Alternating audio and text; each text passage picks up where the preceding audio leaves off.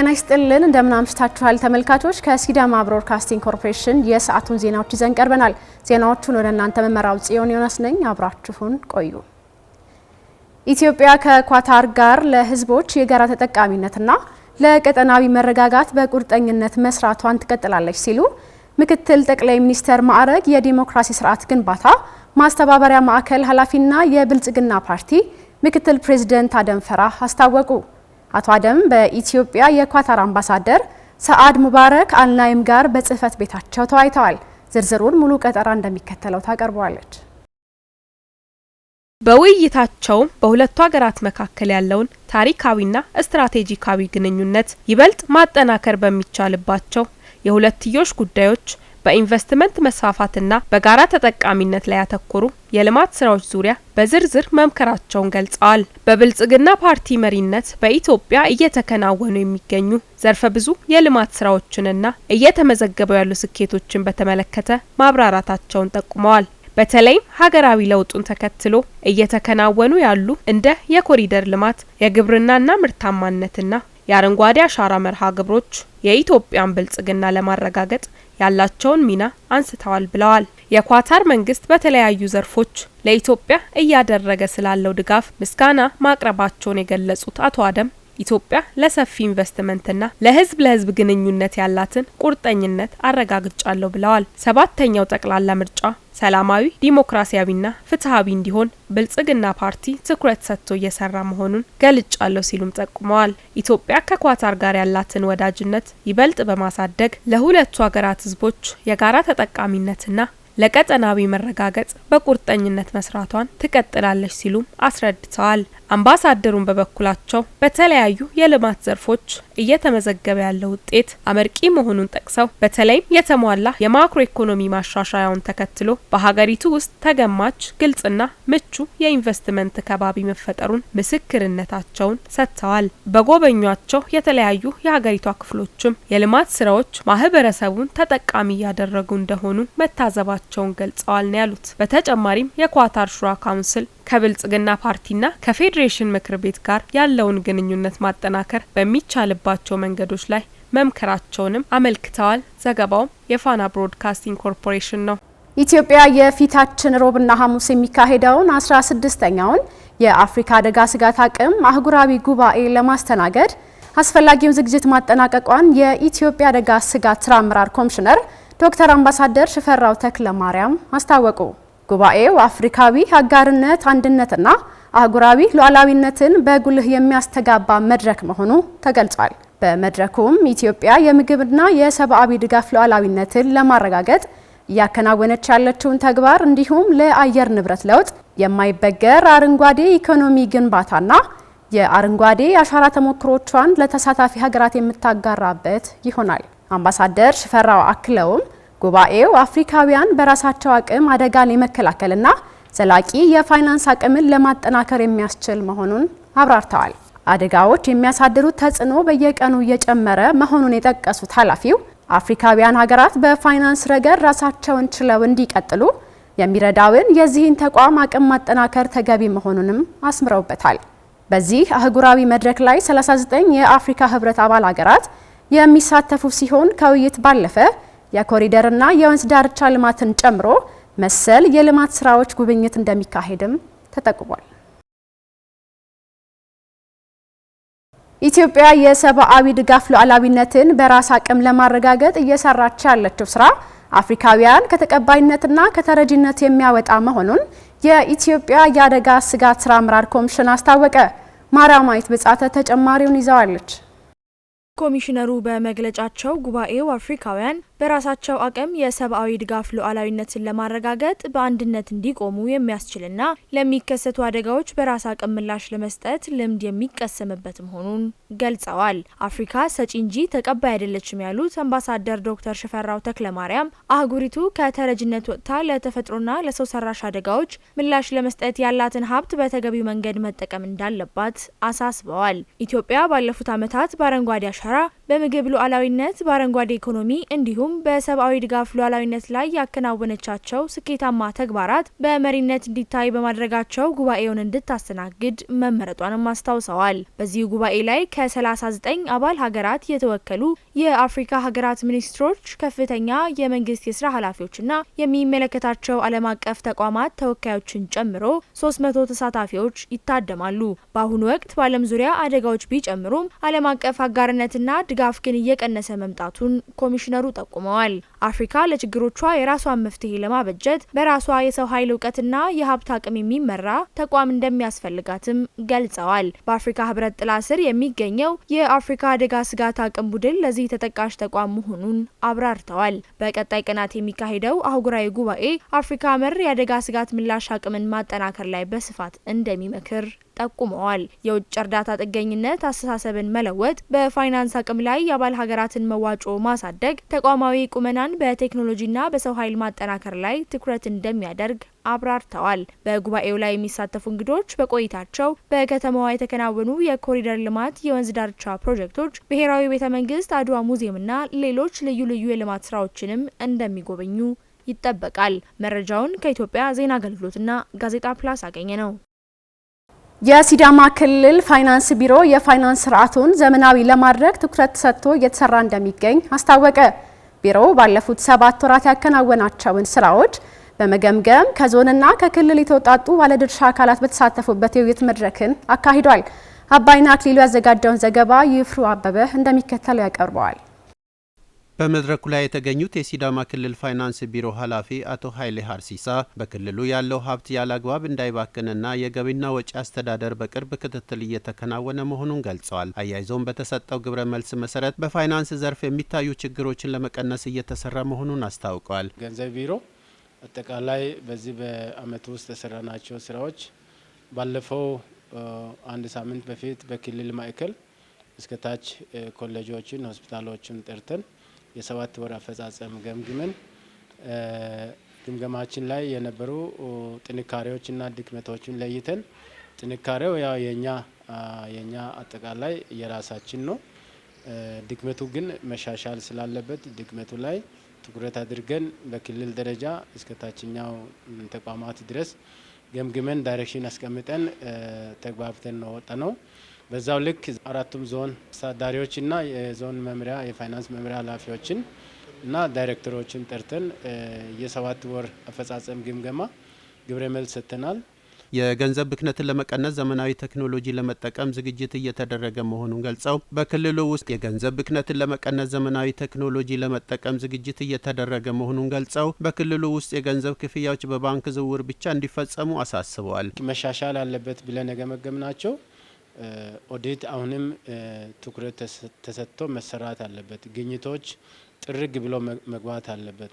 ሲስተሞቹ አጠቃላይ ዲቨሎፕ እያደረግን ወደ ዲጂታላይዝ ማምጣት አለብን የሚለው ጭምር እሱ ቀጣይ የምንሰራባቸው ስራዎች ናቸው። ከዛ ውጪ የእጅ የሚከፈሉ የስልጠና ገንዘቦች አሉ።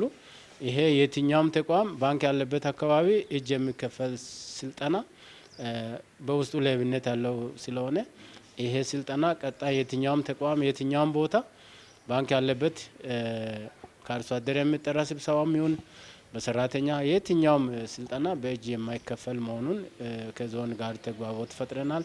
የሲዳማ ክልል ፋይናንስ ቢሮ ምክትል ኃላፊና የፋይናንስ ዘርፍ ኃላፊ አቶ መንገሻ በና በበኩላቸው የወጪ ስርዓት በኦዲት ግኝት እየተደገፈ እንዳለ ጠቅሰው ያለአግባብ የወጣ ገንዘብ ለማስመለስ ስራዎች እየተካሄዱ መሆኑን ጠቁመዋል። የፋይናንስ ኦዲት ግኝት በተሻለ ሁኔታ እየተመለሰ ያለበት ነው ያለው። በዚህ በክልሉ ደረጃ ግብረ ኃይል አለ። በዚህ ግብረ ኃይል የተደራጀ ግብረ ኃይል በሁሉም የሚባል ባለፈው ወር ላይ ወርደው ያው ያስመለሰበትና የኦዲት ግኝት በየትኛውም ላይ መኖር እንደሌለበት በየአመቱ በየወሩ የሚሰበሰብ ካለ እዛ በወረዳው አካውንት እንዲገባ ከአመት ካለፈ ደግሞ የተገኘ ግኝት ዝግ አካውንት ላይ ገብቶ አሁን በጣም ትልቅ ገንዘብና ከፍ ያለ ገንዘብ ዝግ አካውንት ላይ የሚታይና የተመለሰበት አግባብ ነው ያለውና የኦዲት ስርዓቱም የተጠናከረ እንደሆነ ያው የኦዲት ሪፎርም ተሰርቶ ታች አውርደን እግር እንዲቆም አድርገን ያው ኦዲተሮችን በዚህ ልክ እየሰሩ ያሉበት አግባብና እንደና በጣም የተሻለ የፋይናንስ ስርዓትና የፋይናንስ አሰራር የበጀት አጠቃቀም ጭምር የተሻለ የመጣበት አግባብና አለው። በመድረኩ ላይ የተሳተፉት አንዳንድ ባለድርሻ አካላትም የክልሉ ፋይናንስ ቢሮ የሚያደርገው ክትትልና ድጋፍ ውጤታማ መሆኑን በመግለጽ በተሰጣቸው ግብረ መልስ መሰረት ለማሻሻል ዝግጁ መሆናቸውን አረጋግጠዋል። ከድጋፍ አንጻር ክልሉ አስተማሪ በሚባል ሁኔታ ነው እየደገፈ ያለው። ዞኖችንም ወረዳዎችንም በየሩቡ ነው የሚደግፈው። ጉዳዩ የሚመለከተውን አካል ይዞ ወርዶ ወረዳ ላይ ጽህፈት ቤቶችን ማናጅመንት የዘርፍ ኃላፊዎች ባሉበት ይገመግማል። በዛ ጎል መልስ ይሰጣል። ፋይናንስ አስተዳደር አካባቢ የተሻለ ብዙ ለውጦች እየመጡ እያየን ነው። ከአመት አመት ከወራት ወራት ከኳርተር ኳርተር የተሻለ አፈጻጸም እየመጣ በየጊዜው እየተገመገመ ለውጡን እያየን ነው እየሄድ ነው ያለ ነው። እንደ ክልል የተሻለ ነገሮች እየመጣ እንደሆነ ነው እየተገነዘበ ነው ያለ ነው። ይህንን የሚያሳየው በየወቅቱ የሚቀርቡ ሪፖርቶች ያሳያሉ። አምና የነበረውም ችግር ዛሬ እያየን አይደለም፣ መሻሻሎች እንዳለ ነው እያየን ያለ ነው። የሕክምና ሳይንስን በሰው ሰራሽ አስተውሎት የመቀየር አዲስ ምዕራፍ ላይ መደረሱ ተገለጸ። በሰው ሰራሽ አስተውሎት ዘርፍ በዓለም አቀፍ ደረጃ በግንባር ቀደምነት የሚጠቀሰው አንትሮፒክ ኮንፊሸንት ባዮ የተባለ የባዮቴክኖሎጂ ስታርታፕ በ400 ሚሊዮን ዶላር ዋጋ ባለው አክሲዮን መገዛቱ ይፋ ተደርጓል። ሚካኤል ውጋሞ ዝርዝር አለው። አንትሮፒክ የሕክምና ሳይንስንና የመድኃኒት ምርምር ሂደትን በኤአይ በመታገዝ በመሰረታዊነት ለመቀየር የሰነቀውን ራዕይ የሚያሳይ መሆኑ ተመላክቷል። በኒውዮርክ የሚገኘው ኮፊሽንት ባዮ ከተመሰረተ ገና 8 ወራት ቢሆነውም በዘርፉ ባሳየው የፈጠራ ብቃት በቴክኖሎጂ የግዙፎችን ትኩረት መሳብ ችሏል። ስታርታፑ 10 ሰራተኞች ብቻ ያሉት ቢሆንም አርቲፊሻል ኢንተለጀንስን በመጠቀም አዳዲስ የመድኃኒት አይነቶችን በፍጥነት ለመለየት የሚያስችል ስርዓት መገንባቱ ተገልጿል። መስራቾቹ ሳሙኤል ስታንተንና ናታን ፍሬ ቀደም ሲል በታዋቂው ጄንቴክ ኩባንያ ውስጥ በመድኃኒት ምርምር ከፍተኛ ልምድ ያካበቱ ባለሙያዎች ናቸው። አንትሮፒክ ይህን ከፍተኛ መዋለ ንዋይ ያፈሰሰው ለቴክኖሎጂ ብቻ ሳይሆን በዘርፉ ያሉ እጅግ ብቁ ተመራማሪዎችን ወደ ራሱ ለመሳብ መሆኑ ተጠቁሟል። ኩባንያው በቀጥታ ለባዮሎጂና ለሕክምና ምርምር ብቻ የሚያገለግል የኤአይ ሞዴል ለመገንባት መነሳሳቱ እንደ ጉግል፣ ዲፕ ማይንድ እና ኒቪዲያ ካሉ ተፎካካሪዎቹ ጋር ያለውን የገበያ በላይነት ለማስጠበቅ የሚረዳው መሆኑ ተመላክቷል። ይህ ዓለም አቀፍ የቴክኖሎጂ ሽግግር ኢትዮጵያ በዲጂታል ኢትዮጵያ 2030 ስትራቴጂ ውስጥ ለያዘችው የጤና ዘርፍ ዲጂታላይዜሽን ትልቅ ተስፋ የሚሰጥ ነው ተብሏል። እንደ ኮፊሽንት ባዮ ያሉ የፈጠራ ሀሳቦችን ማበረታታት እንደ ጡት ካንሰር ያሉ በሽታዎችን በጊዜ ለመለየትና በመድኃኒት አቅርቦት ላይ ፈጣን ለውጥ ለማምጣት መንገድ ይከፍታልም ተብሏል። የኢትዮጵያ አርቲፊሻል ኢንተለጀንስ ኢንስቲትዩት እና እንደ ኤችኢፒ አሲስት ያሉ የጤና ድርጅት ቴክኖሎጂዎች እንዲህ ያሉ ዓለም አቀፍ ግኝቶችን በማላመድ ለገጠር ማህበረሰቦች ትክክለኛ የጤና ውሳኔ ለመስጠት እንደሚረዱ ይጠበቃል። በአጠቃላይ አንትሮፒክ የወሰደው ይህ እርምጃ የሕክምና ሳይንስ ወደ ሰው ሰራሽ አስተውሎት ዘመን በይፋ መሸጋገሩን የሚያረጋግጥ ሲሆን ይህም እንደ ኢትዮጵያ ላሉ ሀገራት የጤና ስርዓታቸውን ይበልጥ ለማዘመን ትልቅ መነሳሳትን የሚፈጥር ክስተት ነው ተብሏል። የኢትዮጵያ ብሮድካስቲንግ ኮርፖሬሽን የዘገባው ምንጫችን ነው። ከሲዳማ ብሮድካስቲንግ ኮርፖሬሽን የሰዓቱ ዘገባዎች ቀጥለዋል። ወደ ውጭ ዘገባችን እናልፋለን።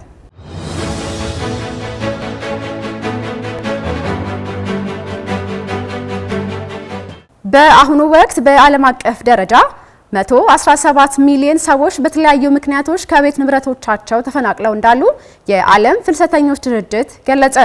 ሶሪያ 13.8 ሚሊዮን የተፈናቀሉ ዜጎችን በመያዝ ኢራን ደግሞ 3.5 ሚሊዮን ተፈናቃዮችን በመቀበል ቁጥር 1 ሀገራት ናቸው። ኢትዮጵያም በተመሳሳይ ከ1 ሚሊዮን በላይ የሚሆኑ የሱዳን፣ የደቡብ ሱዳንና የሶማሊያ እንደዚሁም የኤርትራ ስደተኞችን ተቀብላ እያስተናገደች ነው። ጀማል የሱፍ ተጨማሪውን ይዞታል። በመንግስታቱ ድርጅት የዓለም ፍልሰተኞች ድርጅት ባወጣው መረጃ አሁን ላይ የስደትና የስደተኞች ጉዳይ አሳሳቢ ደረጃ ላይ መድረሱን ይፋ አድርጓል።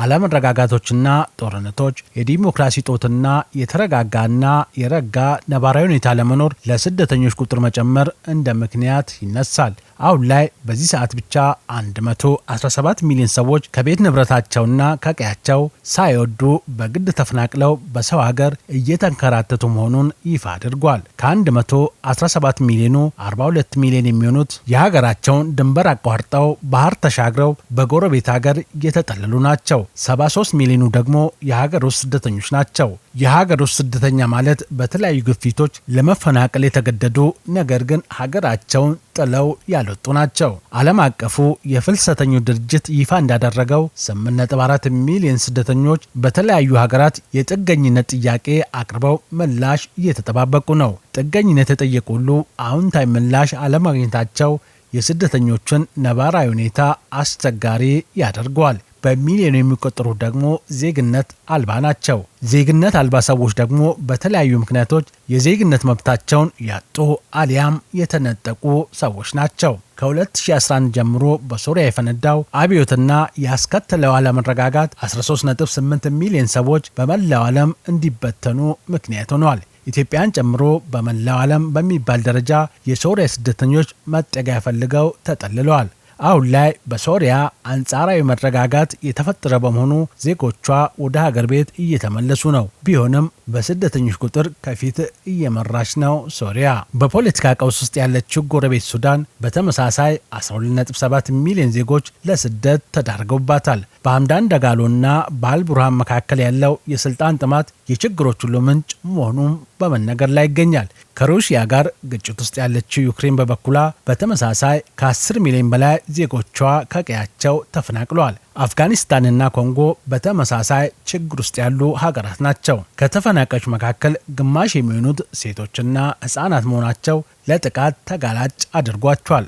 ስደተኛ ተቀባይ ሀገራት በራሳቸው ችግር ውስጥ ያሉ በመሆናቸው የተፈናቃዮች መምጣት ሌላ ችግር እየፈጠረባቸው መሆኑን በተደጋጋሚ በቅሬታ መልክ ያነሳሉ።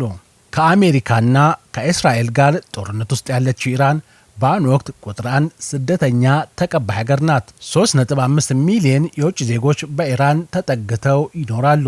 ቱርክ፣ ጀርመን፣ ኮሎምቢያና ዩጋንዳ በተመሳሳይ ኃላፊነታቸውን እየተወጡ ያሉ ሀገራት ናቸው። በሊባኖስ ከ8 ሰዎች መካከል አንዱ ስደተኛ ነው። ኢትዮጵያም ለበርካታ ሀገራት ስደተኞች መጠለያ በመሆን ስሟ በበጎ የሚነሳ ሲሆን ከ1 ሚሊዮን በላይ የሚሆኑ የሱዳን፣ የደቡብ ሱዳን፣ የሶማሊያና የኤርትራ ስደተኞች ኢትዮጵያን የክፉ ቀን ማለፊያና ማረፊያ አድርገዋታል። ከሲዳማ ብሮድካስቲንግ ኮርፖሬሽን ለሰዓቱ ያዝናቸው ዜናዎች እነዚህን ይመስላሉ። ዜናዎቹን ወደ እናንተ እየመራው ጽዮን ዮናስ አብሬያችሁ ነበርኩኝ። ከቀሪ የሲዳማ ብሮድካስቲንግ ኮርፖሬሽን ፕሮግራሞች ጋር መልካም ምሽት ይሁንላችሁ።